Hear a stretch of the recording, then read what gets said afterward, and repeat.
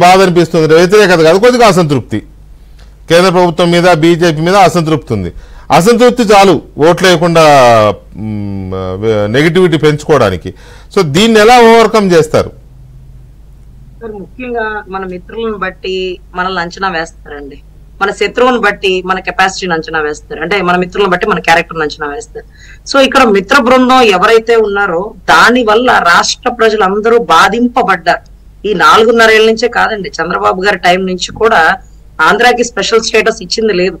ప్రతి చోట అడ్డంకులు ఉన్నాయి. ఇందాక సార్ చెప్పినట్టు రామ్ సింగ్ గారి మీద కేసు వేస్తే ఇక రాష్ట్ర ప్రజల పరిస్థితి ఏంటండి? ఈ రోజు సెంట్రల్ లో మోడీ గారి సహాయ సహకారం లేకుండానే ఇదంతా జరుగుతుందా అంటూ రాష్ట్ర ప్రజలు ఏవి చదువుకున్నాడు కూడా క్వశ్చన్ ఇస్తున్నాడు. ఇటువంటి పరిస్థితుల్లో సెంట్రల్ ఏదైతే ఉందో, అంటే మోడీ గారు ఏదైతే ఉందో, నేను ఉక్కు మనిషిని అనుకున్నప్పుడు ఆ ఉక్కు మనిషి ఎలా జనాల్లోకి వెళ్ళాలంటే మేము పారదర్శకంగా ఉంటాం, రాష్ట్ర ప్రజలకు న్యాయం చేస్తాం అంటారు. నిన్నటి రోజు ఒక క్రిస్టియాలిటీ ఉన్న వ్యక్తి నేను ముఖ్యమంత్రిగా అవ్వాల్సిందే, క్రిస్టియాలిటీ ఉన్నాడు ముఖ్యమంత్రి అవుతాను అంటూ ఈ రోజు ఏదైతే జగన్మోహన్ రెడ్డి గారు తిరుమల తిరుపతి దేవస్థానానికి సంతకం డిక్లరేషన్ పెట్టకుండా ఎక్కుతున్నారంటే మోడీ గారు ఏం చేస్తున్నారండి? మన హిందూ ధర్మం ఏంటి, మన విలువలు ఏంటి, మన టీటీడీ దేవాదాయ ధర్మాదాయ శాఖ ఏంటి, మరి ఎందుకు ఎక్కనిస్తున్నారండి అంటే ఈ రోజు రాష్ట్ర ప్రజలు అడుగుతున్నటువంటి క్వశ్చన్స్. సో ఈ రకంగా జరుగుతున్నప్పుడు ఈ రామ్ సింగ్ గారి మీద కేసులు అంటారు, ఇంకోటి అంటారు, what ever it may be, జనాలు ఒక సంశయంతో ఉన్నారు. టీడీపీ జనసేన కలుస్తుంటే పర్లేదు సార్, ఇతను అభివృద్ధికి పాటుపడతాడు, ఇతను నిజాయితీ పరుడు, వీళ్ళిద్దరు కలిస్తే రాష్ట్రం బాగుంటుందని కోరుకుంటున్నారు. మరి సెంట్రల్ కలిస్తే ఎందుకు బాధపడుతున్నారు అంటే ఏం చేసిందండి మాకు సెంట్రల్? ఇన్ని రోజుల నుంచి బీజేపీ నిద్రపోతుందా? ఈ 6 నెలల్లో, ఈ 6 నెలలు అంటే 6 నెలల్లోంచి కల్తీ మందుల గురించి క్వశ్చన్ చేస్తున్నారు. రాజధాని అంటారు, మరేమి రాజధాని గురించి ఎప్పుడు రాలా? మేము ఢిల్లీకి వెళ్తే కూడా స్పందించలా. ఎంతో మంది ప్రాణత్యాగాల గుర్తు అంటారు, విశాఖ ఉక్కు ఆంధ్రుడు హక్కు అని. మరి ఇవన్నీ ఏమైపోయినాయి అనే ప్రశ్నలకి సమాధానంగా వాళ్ళు ముందుకెళ్ళాలి. ఇంకొకటి ఏంటంటే ఇది కలిస్తే మంచిదా చెడ్డదా అంటే ఖచ్చితంగా మంచిదండి. ఎందుకంటే బీజేపీ వల్ల కొంత వ్యతిరేకత ఉన్న సెంట్రల్ లో ఒక అండ అనేది ఉండాలి. ఒకవేళ మనకి లేకపోతే ఈ సెంట్రల్ అంటే ఇంకెవరికి ఉంటుందండి? ఇంకెవరికి ఉంటుంది అంటే మళ్ళీ జగన్మోహన్ రెడ్డి గారికి అండ ఉంటే రాష్ట్రంలో మనం కూర్చున్నప్పటికీ సెంట్రల్ నుంచి రావాల్సిన ఫండ్ ఆగిపోతుందేమో కదా. ఈ రోజు సెంట్రల్ ఏదైతే బీజేపీ జనసేనతో కలిసి వీళ్ళు ముగ్గురు కలిసి వెళ్తే ఓట్లు కొద్దో గొప్ప ఇందాక గఫర్ గారు చెప్పినట్టు కొంత తగ్గచ్చేమో, కానీ వైసీపీకి వెన్నులో వణుకు పుడుతుందండి. ఎందుకంటే ఇక సిబిఐ కేసులు కట్టినట్టే అవినాష్ రెడ్డి గారిని సంకలో పెట్టుకొని విజయసాయి రెడ్డి గారిని తీసుకొని పొద్దుగూకులు ఫ్లైట్ వెళ్ళి నరేంద్ర మోడీ గారి ఇంటి దగ్గర డోర్ నాక్ చేసే అవకాశం ఇక ఉండకపోవచ్చు. వీళ్ళు ముగ్గురు కలిసి వెళ్తున్నారనే ఉద్దేశంతో విడగొట్టే పర్వాన్ని ఎందుకు అనుకోకూడదు?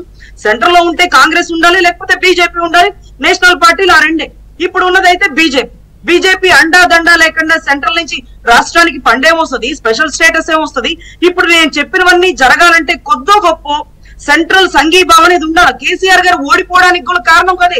అటు కాంగ్రెస్ తోనూ సంఘీభావం పెట్టుకోలేదు, ఇటు బీజేపీకి సంబంధించిన గవర్నర్ తోనూ గొడవలు పెట్టుకున్నారు. దీనివల్ల కేసీఆర్ గారు బాత్రూమ్ లో గడప జారి కింద పడి బాత్రూమ్ లోంచి బెడ్రూమ్ లోంచి ఆఖరికి హాస్పిటల్ బెడ్ మీదకి వెళ్ళి నిన్నటి రోజు వివేకానంద రెడ్డి గారి కేసు అయినా 6041 వాయిదాలకి అటెండ్ కానటువంటి జగన్మోహన్ రెడ్డి గారికి చెక్ పెట్టాలన్నా ఖచ్చితంగా బీజేపీ సపోర్ట్ ఉండాల్సిందే. ఇటు టీడీపీకి కానీ జనసేనకి కానీ బీజేపీ సపోర్ట్ ఉంటే తప్ప ఇప్పుడు వరకు చేయలేని పనులు ఇకపై చేయొచ్చు. ఇకపైన మార్పు బిగినైతే వైసీపీకి వెన్నులో వణుకు పడుతుంది. ఎలక్షన్ కోడ్ ఆన్ అవగానే సార్ ముందు జగన్మోహన్ రెడ్డి గారు బెయిల్ క్యాన్సిల్ చేయండి సార్ అనే పరిస్థితి నెలకొంటుంది. ఇప్పుడు రామ్ సింగ్ గారి మీద కేసులు వేశారు, ఇంకోటి అన్న ఎలక్షన్ కోడ్ ఆన్ అయిన దగ్గర నుంచి ఇక బీజేపీ రణరంగంలోకి దిగుతుందేమో, గొప్పగా పనితీరు చూపిస్తుందేమో, స్పెషల్ స్టేటస్ తెచ్చిస్తుందేమో, ఇవన్నీ జరుగుతుందేమోనని మనం ఖచ్చితంగా ఆశించాలండి. ఎందుకంటే సెంట్రల్ లో ఉన్న కాంగ్రెస్ కానీ బీజేపీ కానీ ఈ రెండే చేయగలుగుతుంది. ఇప్పుడుంది బీజేపీ. సో ఖచ్చితంగా బీజేపీ కలిసి వెళ్ళడం వల్ల మంచి జరుగుతుంది, కానీ 100% చెడైతే జరగదండి. నేతలందరూ నిజాయితీ పరులే ఉన్నారు. దాంట్లో కొద్ది గొప్ప మనకు అవకాశాలు 100% వస్తుంది. ఇక జగన్మోహన్ రెడ్డి గారి చదరంగం గేమ్ కి చెక్ పడే అవకాశం ఉంటుందండి. సో భవిష్యత్తు మీద ఆశలతో బీజేపీ ఉండాలనే కోరిక అనమాట. 100% జగన్మోహన్ రెడ్డి గారి ఆటకి చెక్ పెట్టాలంటే సెంట్రల్ నుంచి బటన్ నొక్కాలంటే మోడీ గారి వల్ల మాత్రమే సాధ్యం అవుతుందండి. మరి ఇప్పుడు దాకా ఎందుకు నొక్కలేదని మీరు అనొచ్చు. సో ఇప్పుడు వరకు వాళ్ళకి ఉన్న సన్నిహిత సంబంధాలేమో మరి మాకైతే తెలియదు, కానీ మేమునైతే నమ్ముతున్నాం సంబంధాలు ఉండాల్సింది జగన్మోహన్ రెడ్డి గారికి, మోడీ గారికి, చంద్రబాబు నాయుడు గారికి, పవన్ కళ్యాణ్ గారికి మధ్య కాదు కదండి, ప్రజలకి ప్రభుత్వాలకు మధ్య కదా ఉండాల్సింది. సో రాష్ట్ర ప్రజలకి బీజేపీ ఇవ్వాల్సినటువంటి మద్దతు గాని, ఇక జనాల్లో మమేకం అవ్వాల్సిన తీరు గాని ఇదేనండి. ఇందాక నేను చెప్పినట్టుగా రాష్ట్ర ప్రజల్లో రాజధాని రైతులకి వెళ్ళి అమ్మా తెలుసో తెలియకో తప్పు చేశాము, రాజధాని మీకు అప్పు చెప్తాం, వైజాగ్ స్టీల్ ప్లాంట్ వాళ్ళకి చెప్పాలా, సెంట్రల్ కి అథారిటీ ఇచ్చి 6041 వాయిదాలు కట్టండి కాకుండా న్యాయస్థానాన్ని గౌరవించినటువంటి ముఖ్యమంత్రి అయినా